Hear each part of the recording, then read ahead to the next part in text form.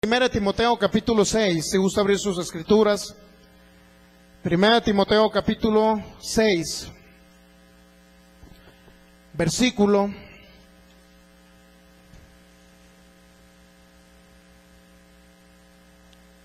¿Ya lo tiene? Primera Timoteo capítulo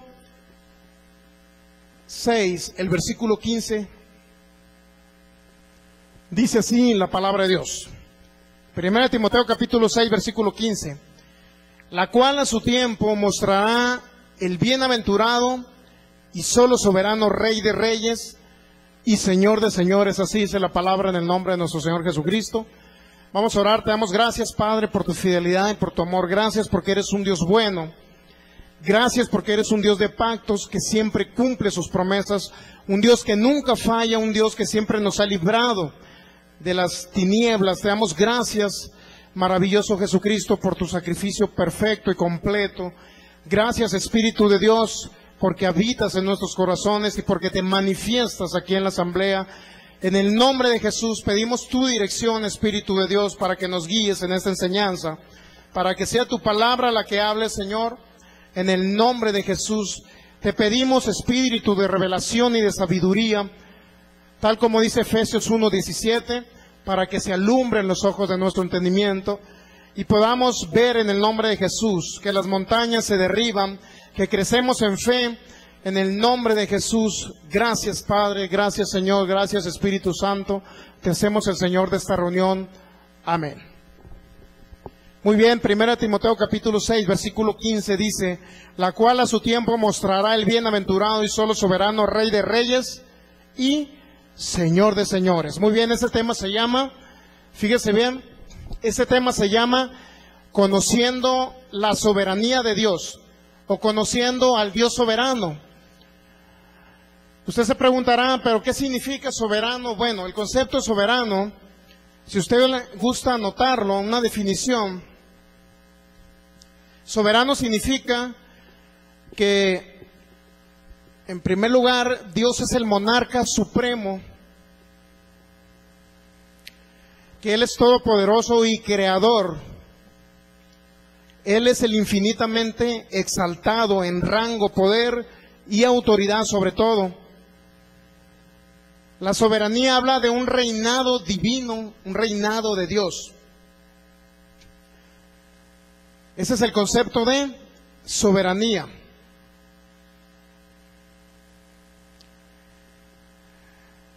En pocas palabras, soberanía de Dios significa que a Dios nadie le manda, nadie le ordena qué hacer. Fíjese bien. Dios creó los cielos y la tierra por la palabra de Dios. Lo que se ve fue hecho de lo que no se veía. Sin embargo, a Dios nadie le dijo, haz la tierra, ¿verdad? Porque eso significa soberanía, significa independencia. Que Dios tiene independencia. Que Dios es soberano, es decir, nadie le manda, nadie le dice qué hacer. Dios hace las cosas por su soberana voluntad. El problema es que debemos de entender la soberana voluntad de Dios. ¿Qué significa soberana voluntad? El concepto de soberanía en algunos lugares se ha malinterpretado. Le voy a decir por qué. El gran problema que tenemos del Dios soberano de la Biblia es que se ha malinterpretado. En base a algunos textos bíblicos han malinterpretado ese concepto de soberanía. Cuando lo entendemos correctamente, el concepto de soberanía, podemos entender que Dios es el Dios de amor, es el Dios bueno, es el Dios que no nos envía enfermedades, es el Dios que no nos castiga con el mal. Pero fíjese bien, soberanía se ha malinterpretado de que tenemos a un Dios que es caprichoso. Eso no es soberanía. Un Dios caprichoso que hace lo que quiere, cuando quiere y como Él quiere. Por eso estamos analizando esta serie, fíjese, para realmente qué es lo que la Biblia dice respecto al Dios soberano, qué es lo que la Biblia menciona respecto a Él. Bueno, como le digo, hay unos lugares donde se dice que Dios es soberano porque Él hace lo que quiere, cuando quiere y como Él quiere. Esto es, que Dios, si mañana me quiere llevar al cielo con un accidente por ahí, que pase un carro y quede todo aplastado ahí en la calle, es porque Dios en su soberanía lo quiso hacer. Ese es un concepto erróneo de soberanía. Y todo eso lo vamos a estar viendo. Son aproximadamente entre 25 y 30 servicios hablando de la soberanía de Dios. También se ha dicho que si Dios se quiere llevar a mi hijo a sus 10 años mediante una enfermedad incurable, es porque Dios en su soberanía decidió llevárselo. Ese es otro concepto erróneo de soberanía de Dios. Otro concepto que se ha tenido del Dios soberano es que si alguien, fíjese, si alguien está padeciendo de alguna enfermedad, es porque Dios en su soberanía decidió enfermarlo para luego sanarlo. Yo quiero decirle que Dios no trabaja de esa manera, Dios no es así. Y para ello vamos a demostrarlo bíblicamente. ¿Qué les parece? Vamos a demostrar bíblicamente que Dios, en su soberanía, Él no manda terremotos como algunos creen. En su soberanía, Él no destruye ciudades. En su soberanía, Él no envía un ciclón y deja a la gente sin casas, deja a las personas sin casas. Él no envía un tsunami y mata familias enteras. No es así la soberanía de Dios. Para ello estamos aquí, para demostrarle a usted bíblicamente, fíjese, qué es lo que la Biblia dice, es lo más importante. Lo que nos debe interesar a todos nosotros como estudiantes de la palabra no es que dijo mi bisabuelito ni mi abuelito, no es inclusive lo que me han enseñado en base a la Biblia, pero en base a una traducción. No es así. La Biblia se escribió en arameo y en hebreo, Viejo Testamento, y en el Nuevo Testamento se escribió en griego. Así es que para ello dijo Jesús, escudriñad las Escrituras, San Juan capítulo 5, porque en ella os parece que está la vida, fíjese. Por eso dijo Jesús que la escudriñáramos. Estamos de acuerdo que vamos a escudriñar, ¿verdad? Jesús jamás dijo que usted lo leyera en una traducción al español. Él jamás lo dijo. Por eso es necesario que profundicemos en las Escrituras y conozcamos el concepto de soberanía de Dios. Y podamos entender que si hay alguna catástrofe, si hay alguna muerte, si hay alguien que está enfermo en el hospital, no es Dios el que lo tiene con ese problema. Muy bien, vamos a continuar. Decir que Dios es soberano es declarar que Él es el más alto, eso sí estamos de acuerdo. Haciendo de acuerdo a su voluntad en el ejercicio de los cielos entre los habitantes de la tierra. Así es que nadie puede detener su mano. Ese es un concepto que se ha agarrado de soberanía. Vamos a Daniel capítulo 4, versículo 35. Fíjese bien. Por estos textos bíblicos se dice que Dios es soberano. Dice, todos los habitantes de la tierra son considerados como nada. Así dijo el profeta Daniel. Y Él hace según su voluntad en el ejército del cielo y en los habitantes de la tierra, y no hay quien detenga su mano y le diga, ¿qué haces? Fíjese, eso es un concepto de soberanía, estamos de acuerdo, ¿verdad? Nadie puede decir a Dios, ¿qué haces? Eso significa soberano, nadie puede decirle, ¿qué haces? Ahora la pregunta es, cuando alguien tiene un hijo enfermo de cáncer, la pregunta es, si agarramos ese texto bíblico, podríamos decir, bueno, si Daniel capítulo 4 versículo 35 dice que yo no le puedo decir a Dios que haga, eso significa que si mi hijo está enfermo, pues yo no le voy a decir, Dios mío, ¿por qué lo tienes enfermo? Fíjese, eso es algo incorrecto. No podemos preguntarle a Dios eso. En primer lugar le voy a decir por qué.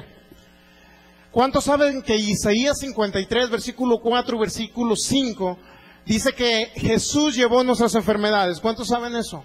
¿Verdad que sí? Si Jesús llevó la enfermedad de ustedes, ¿por qué ese Dios que envió a Jesús, o Jesús es Dios, ¿verdad? Eso creemos. Cuando anduvo en la tierra se despojó de su deidad. ¿Por qué Dios vino, se manifestó en carne para que por su llaga yo fuera sanado, o usted? Pero de repente Dios me envió una enfermedad, un cáncer. Fíjese bien, así no trabaja Dios. ¿Cómo es posible que un Dios que haya llevado la enfermedad, de repente Él mismo me mande un cáncer? ¿Verdad que es algo que es fuera de toda analogía? La lógica no lo usamos aquí, la analogía sí. La lógica dice 2 más 2 son 4, la analogía dice 2 más 2 son 10. Esa es la analogía. Muy bien. Entonces, fíjese bien. No podemos decir que si Dios envió a Jesús, o Dios vino y se manifestó en carne, y Él dice que llevó mis enfermedades, y ahora resulta que Dios me tiene enfermo con un cáncer. Y de repente así ha pensado el pueblo de Dios. ¿Sabe por qué? Porque hay conceptos erróneos no en la Biblia escrita en el griego, ni en el hebreo, ni en el arameo. Hay conceptos erróneos en las traducciones, siempre lo hemos dicho, ¿verdad? Por ejemplo, un concepto muy común, muy mencionado en las iglesias, es Romanos capítulo 8, versículo 28. Porque a los que aman a Dios, fíjese, lo vamos a poner en la traducción. Si hay oportunidad de ponerlo en la traducción Pechita, es una traducción muy buena, lo vamos a poner. Más bien búsquenmelo en la Pechita, por favor.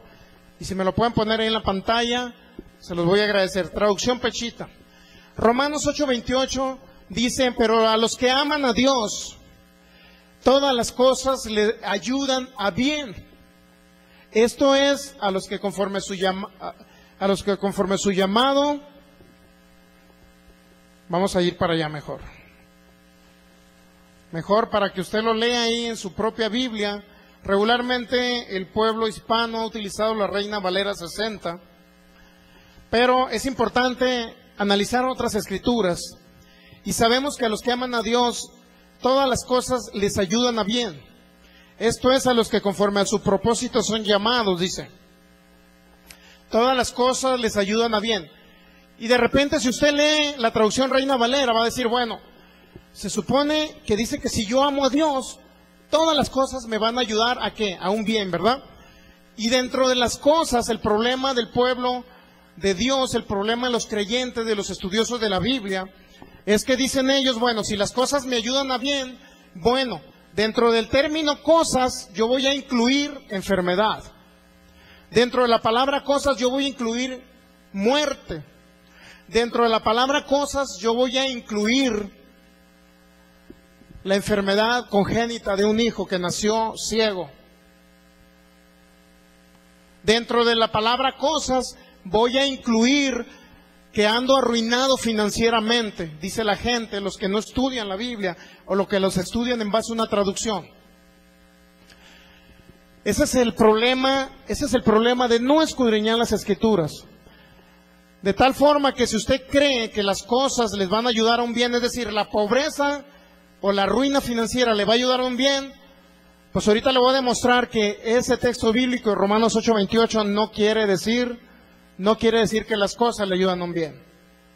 Si usted está enfermo, como se ha pensado regularmente la gente que está enferma y que son estudiosos de la Biblia, ellos dicen, es que si estoy enfermo de este diabetes, es porque a lo mejor Dios en su soberanía y en sus propósitos, Él me envió este diabetes para posteriormente sanarme con su poder y luego que mi familia se convierta al Señor. Ese es un concepto erróneo, porque Dios no trabaja con males, Dios trabaja por medio de su palabra, por medio de su palabra nos instruye, por medio de su palabra nos castiga, por decirlo así. Proverbios capítulo 3, versículo 11 y 12, no vamos a ponerlo en la pantalla, dice, porque Dios al que ama castiga, dice una traducción, pero si usted lee otras traducciones va a decir, porque Dios al que ama instruye, Dios al que ama enseña, Dios al que ama capacita o adoctrina. Así es que la palabra esa castigo, que tradujo Reina Valera 60 y otras más, también significa instrucción o enseñanza. Fíjese bien. ¿Verdad que no es la misma decir que Dios al que ama castiga que decir Dios al que ama instruye? ¿Verdad que no es igual? ¿Por qué? Porque la palabra castigo siempre tiene connotaciones en nuestro castellano o aquí en los mexicanos, que la palabra castigo siempre va enfocado a cosas malas. Por ejemplo, yo voy a castigar a un hijo, fíjese bien, si usted castiga a un hijo, dígame, ¿usted es capaz de inyectarle cáncer a un hijo? O un ¿cómo se llama? Un anthrax, que es una vacuna, una virus de allá que sacaron allá cuando la guerra de Irak. ¿Usted sería capaz, porque ama a su hijo, de inyectarle un anthrax para que esté enfermo? ¿Verdad que no sería capaz o sí? No sé que uno levante la mano por ahí, ¿no? Fíjese bien.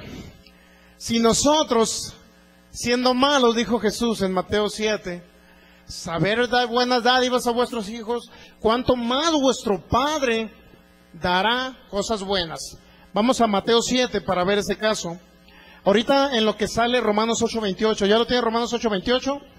Fíjese bien lo que dice la traducción esta. Romanos 8:28, en la traducción Peshita, dice así: y nosotros sabemos que a los que aman a Dios, Él los ayuda en todo para bien, a los que designó anticipadamente para que fuesen llamados. Dígame en qué lugar está la palabra cosas. ¿Usted ve la palabra cosas ahí? ¿Verdad que no aparece? Y usted se preguntará, ¿por qué no aparece, hermano? ¿Acaso le quitaron a la Biblia a ellos? No. Cuando usted lo verifique, hay un diccionario, más bien hay una traducción del inglés al español que se llama Westcott y Hort, que son dos hombres por allá catedráticos de una universidad en Estados Unidos. Ellos tienen una traducción y ellos dicen, pero a los que aman a Dios, igual Dios los ayuda en todo para bien. Y la palabra cosas, ellos la encierran en un paréntesis, simbolizando que la palabra cosas no existe en los manuscritos griegos. Y usted se va a encontrar muchas cosas así, Mateo 17:21. Y nosotros sabemos que los que aman a Dios, Él los ayuda en todo para bien. ¿Qué significa que Él los ayuda en todo para bien? Fíjese bien. Pero a los que aman a Dios, sabemos que a los que aman a Dios, Él los ayuda en todo para bien. Fíjese lo que simboliza o significa. Que a los que aman a Dios, si están pasando por una enfermedad, Dios los va a sanar. Pero a los que aman a Dios, si están pasando por una ruina financiera, Dios los va a prosperar. Pero a los que aman a Dios, si están en un hospital por ahí con un cáncer terminal, Dios los va a sanar para levantarlos de ese hospital. Pero a los que aman a Dios, Dios los va a proteger para que no sufran un accidente. Eso significa Romanos 8:28. ¿Se da cuenta la trascendencia de todo lo que ha trascendido ese texto bíblico en el pueblo de Dios? Porque el pueblo de Dios ha dicho, bueno, si las cosas me ayudan a bien, significa que me voy a enfermar, o Dios me enfermó. Inclusive algunos no creen que Dios enferma, pero sí dicen que Dios permite que Satanás toque la vida de sus hijos. Para eso yo le recomiendo que escuche la serie que se llama La otra historia de Job, que viene en nuestra página de internet, o inclusive que lleve discos para que la escuche en su casa y usted pueda entender que Satanás, en primer lugar, no tiene nada sobre su vida, y segundo, Dios nunca le dio permiso de tocar la vida de Job. Jamás Dios va a dar permiso a Satanás de que toque la vida de su creación ni la vida de sus hijos. Fíjese bien, ¿en qué sentido Dios no le dio permiso al diablo de tocar la vida de Job? En el sentido de que cuando le dijo Dios en Job capítulo 1, por ahí el versículo 12 dice, si más no recuerdo, dice así: he aquí todo lo que tienes en tu mano. Si han leído esa frase, ¿verdad? He aquí todo lo que tienes en tu mano. Realmente, ¿qué simbolizaba he aquí todo lo que tienes en tu mano? Que Dios estaba permitiendo y diciéndole a Satanás, te doy oportunidad de que toques a Job. No. Cuando le dice aquí todo lo que tienes en tu mano, todo lo que tiene Job está en tu mano, simboliza o significa que Dios estaba hablando de una verdad que estaba sucediendo en el Viejo Testamento. ¿Cuál era la verdad?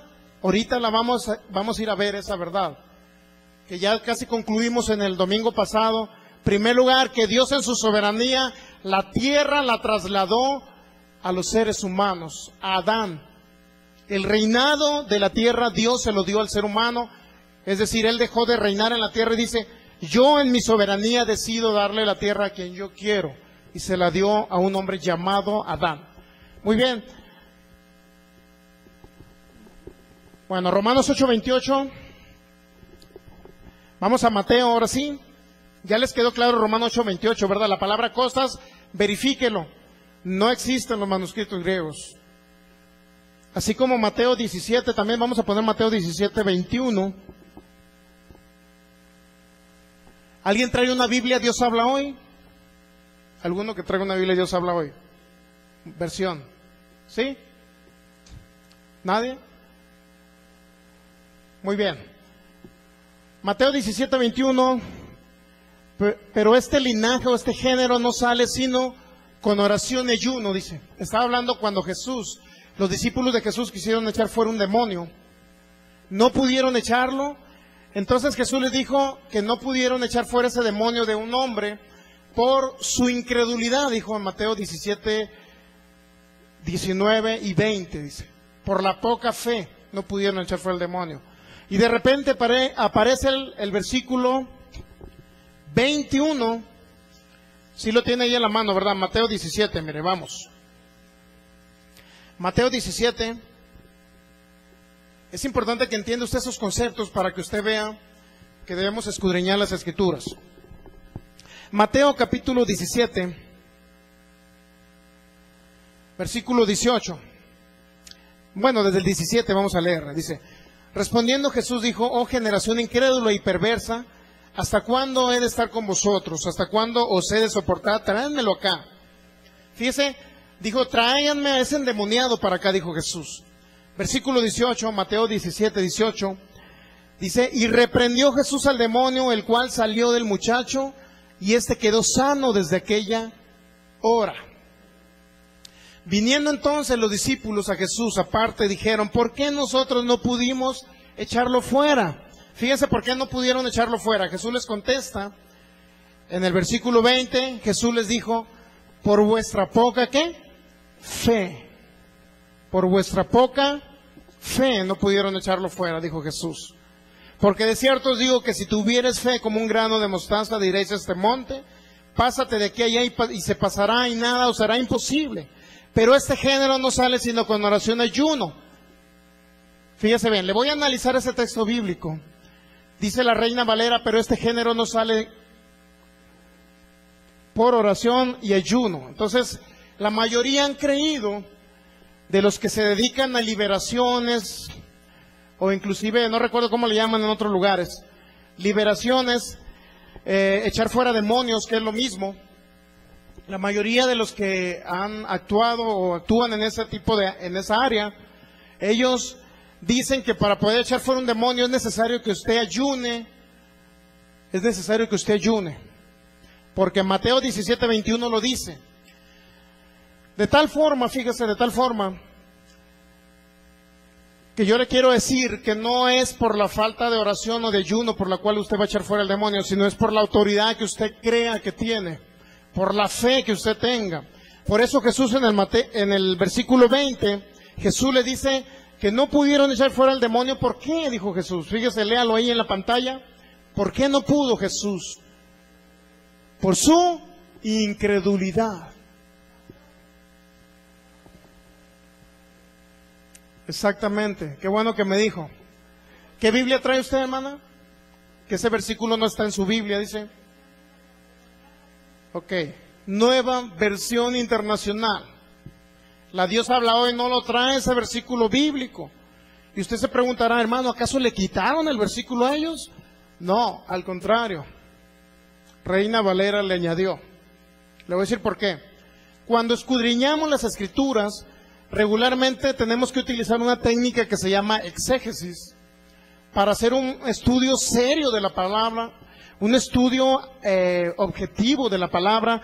Necesitamos hacerlo con esas técnicas de estudio, que es la exégesis. La exégesis dice que usted estudie, en primer lugar, el contexto o la historia, el contexto histórico, que significa que usted va a leer primero todo el pasaje para que entienda de qué está hablando. Primero.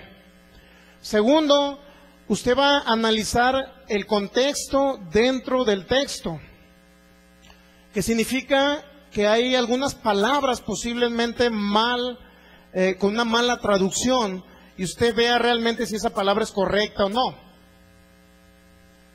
Es decir, un análisis serio de la palabra representa que profundicemos en ella.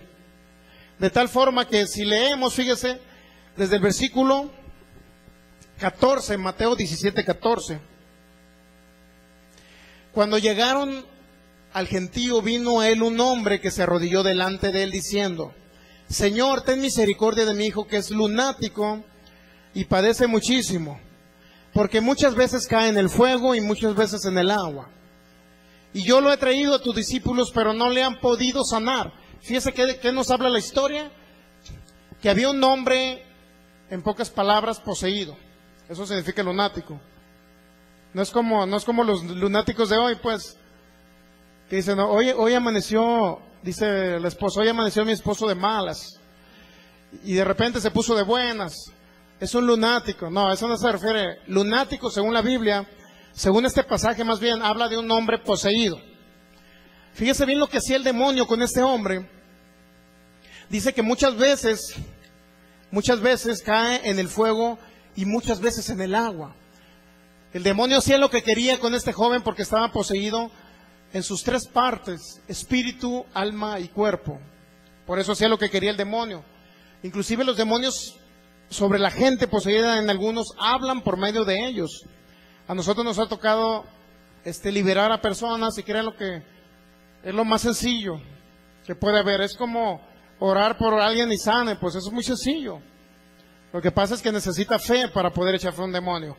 Bueno, está hablando aquí, en primer lugar, que era una persona endemoniada, y segundo, que los discípulos de Jesús no pudieron echarlo fuera.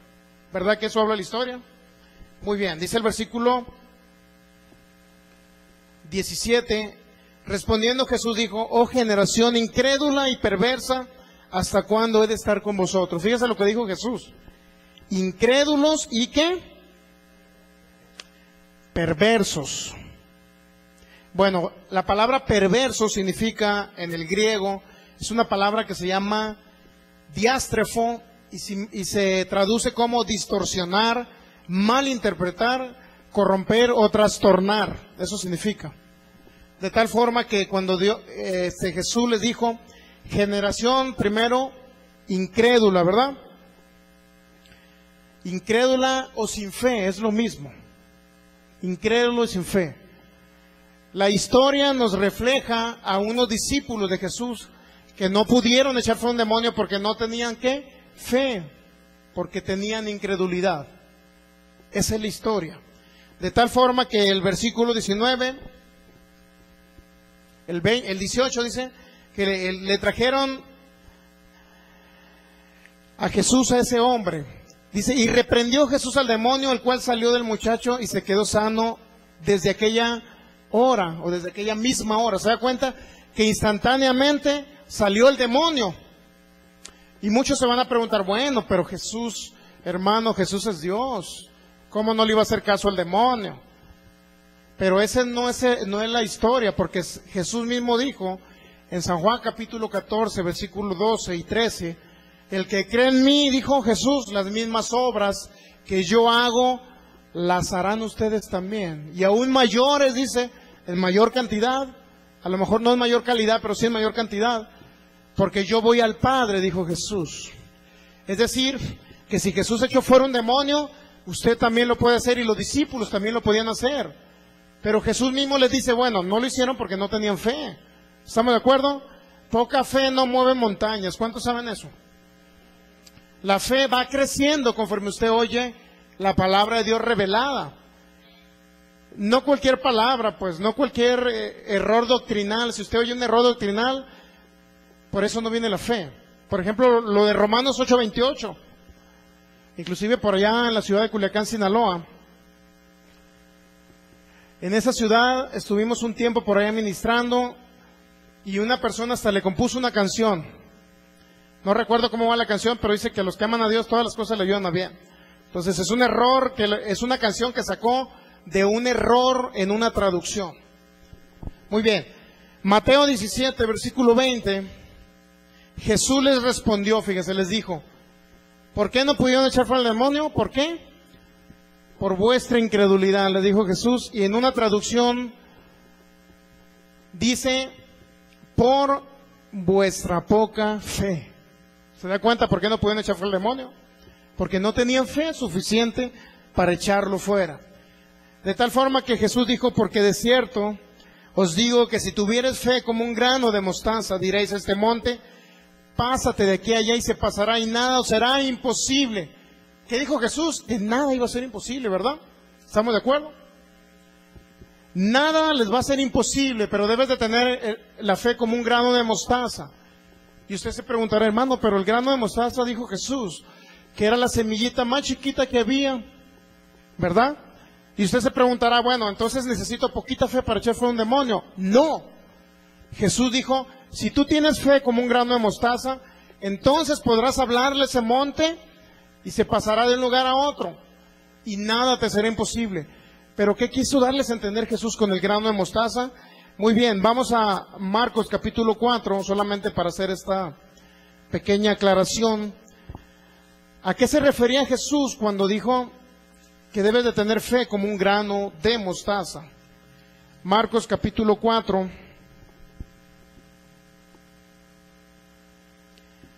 versículo 30, 31. Fíjese, a eso se refiere con la fe de un grano de mostaza.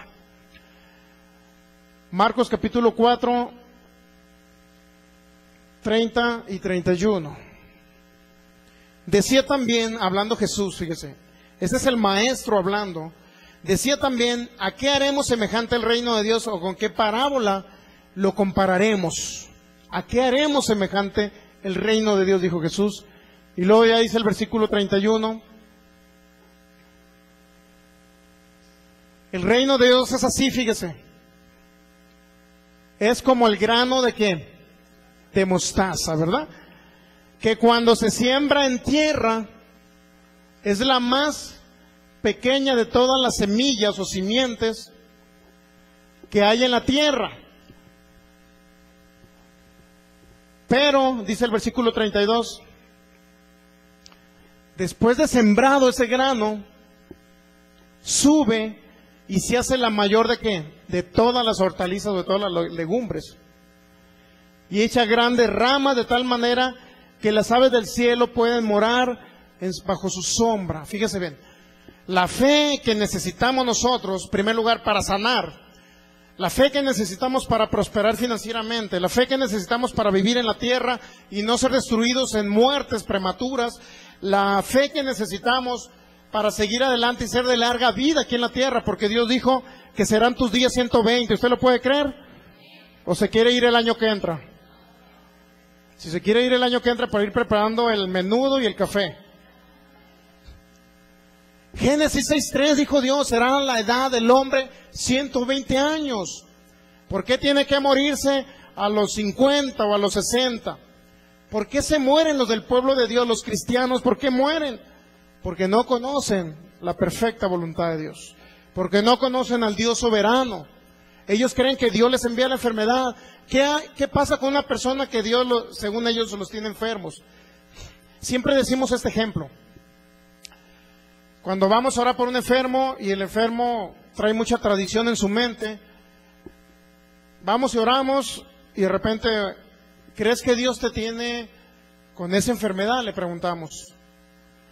Y el enfermo dice, bueno, yo creo que a lo mejor sí es la voluntad de Dios estar así enfermo, porque Él me quiere pasar por un desierto, por un lugar desértico para luego llevarme a la tierra prometida, es decir, sanarme.